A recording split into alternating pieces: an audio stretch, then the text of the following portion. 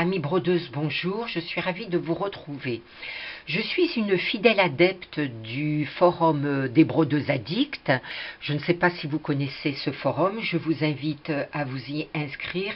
Il y a des renseignements très intéressants sur les supports. Vous pourrez également voir des très jolies broderies et faire connaissance avec des brodeuses qui sont de véritables artistes. Sur le forum, dernièrement, j'ai pu lire des commentaires et il y a des questions récurrentes qui occupent la plupart des posts. Il y a des brodeuses qui ne sont pas du tout satisfaites des broderies qu'elles font. Il s'agit en général soit d'un mauvais tissu, un tissu qui est peut-être un petit peu trop lâche ou pas adapté à certains points de broderie. Il s'agit aussi de mauvais renforts. Je ne reviendrai pas sur les renforts. Cela fait l'objet d'un dossier très complet sur le forum. Par contre, sachez que bien souvent, les broderies qui ne donnent pas satisfaction sont dues à un mauvais choix de points et surtout à un mauvais réglage de points.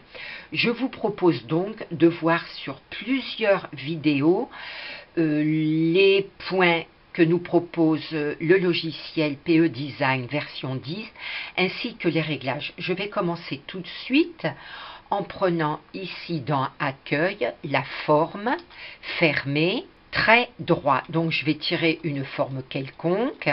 Je double-clique, le logiciel me propose le point zigzag, je vais conserver ce point. Je vais ici sélectionner le point, puis je vais me mettre sur la couleur et je clique droit. Tout en bas, je vais sélectionner caractéristiques de broderie. Une fenêtre s'ouvre et dans cette fenêtre, vous avez divers paramètres que le logiciel vous propose. Je vais ici zoomer sur le motif. Alors, est-ce que je vais réduire l'étirement? Je rappelle que l'étirement permet de tenir le tissu, mais de donner également du volume au point.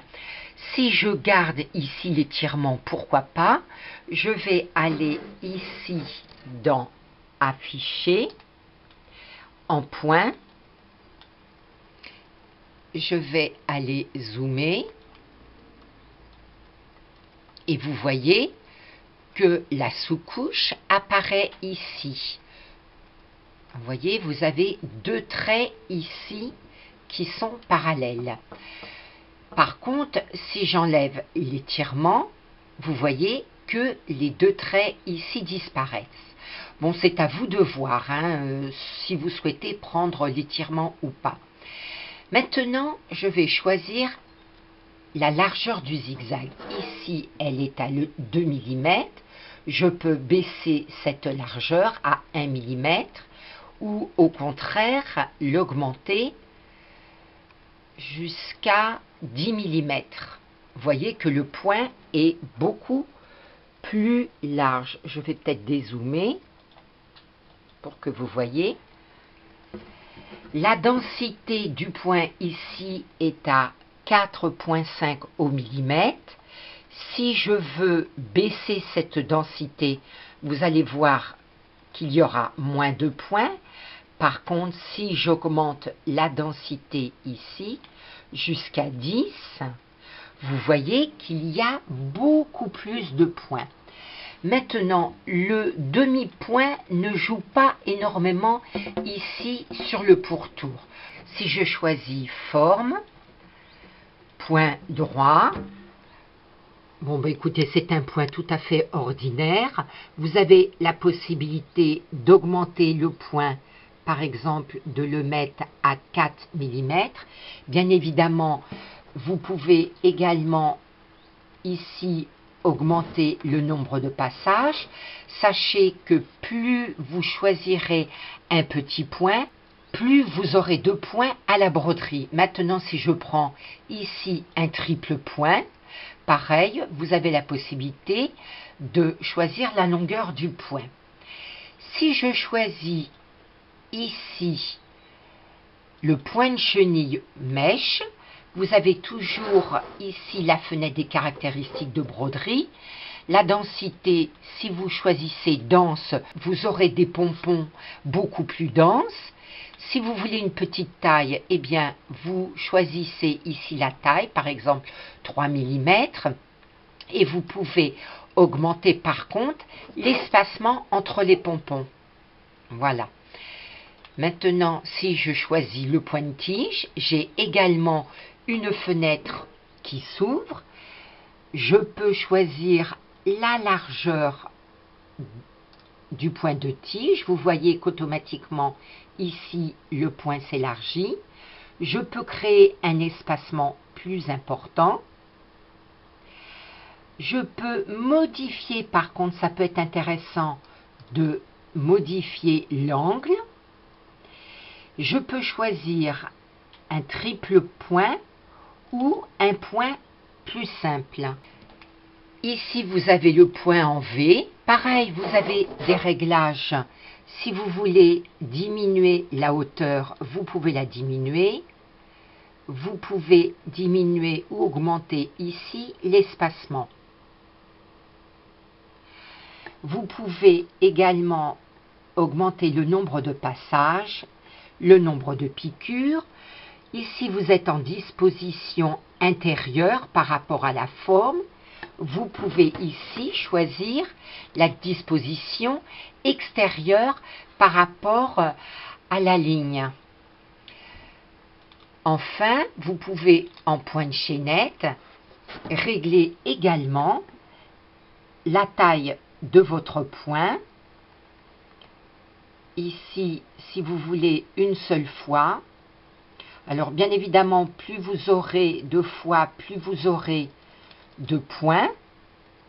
La disposition dans un sens ou dans l'autre. Et ici, vous pouvez choisir la forme losange, qui peut être très jolie. Nous allons maintenant nous attarder un petit peu sur le point du motif. Cette fois-ci, je vais prendre une forme prédéfinie. Par exemple, la forme du cœur. Donc, je vais dans Forme. Je tire un cœur. Et je vais aller ici choisir Point du motif. Le logiciel propose systématiquement le modèle d'une petite fleur. Je clique droit sur la couleur. Puis tout en bas, je vais dans Caractéristiques de broderie. Nous avons une fenêtre très intéressante qui s'ouvre et nous allons la regarder en détail. Vous voyez ici qu'il y a un petit dossier jaune. Si, par exemple, je veux un autre motif, j'irai le chercher dans ce petit dossier jaune. D'abord, pour ce motif de petite fleur, nous avons ici 12,3 mm en hauteur, en largeur. Si je veux diminuer la hauteur, eh bien, il suffit de cliquer ici sur les petites flèches. La disposition en H, en V, ne joue absolument aucun rôle dans la mesure où il y a de part et d'autre d'une ligne directrice que vous voyez ici, les pétales. Si vous voyez, si je mets ici disposition en H, en haut ou en quinconce, disposition en V, décalage. Alors peut-être par rapport, vous voyez, ça fait tout simplement, non, ça ne joue même pas par rapport à la ligne, vous voyez que ça décale les fleurs par rapport à la forme. Par contre, je peux jouer sur l'espacement. Voilà, j'ai réglé le décalage à 1,3 mm et l'espacement à 0,5 mm. Et vous voyez que la fleur ici tombe bien sur le creux du cœur et que les deux fleurs en bas se répartissent bien de part et d'autre de la pointe. Maintenant, si je choisis un autre motif, par exemple ici le motif 0,10, donc je clique sur OK. je vais pouvoir jouer sur la disposition. Vous allez voir que le motif va changer.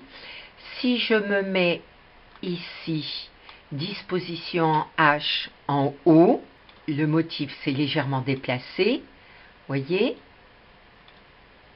je peux également disposer les motifs en quinconce. Si je me mets en V, le motif est également modifié. Si je mets un décalage à 2,5 mm, vous voyez que le motif se déplace légèrement sur la droite. Si je mets un espacement à moins 2 mm, voilà ce que donne le motif. C'est à votre appréciation, bien sûr. Je vais augmenter la longueur du point. Est-ce que ça va jouer beaucoup? Non, ça ne joue pas. Je vais aller choisir encore un autre motif. Par exemple, le motif de la machine à coudre.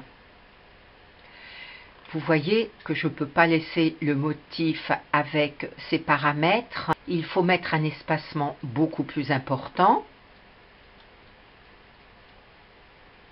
Voilà. Si je le mets en disposition en H, voyez.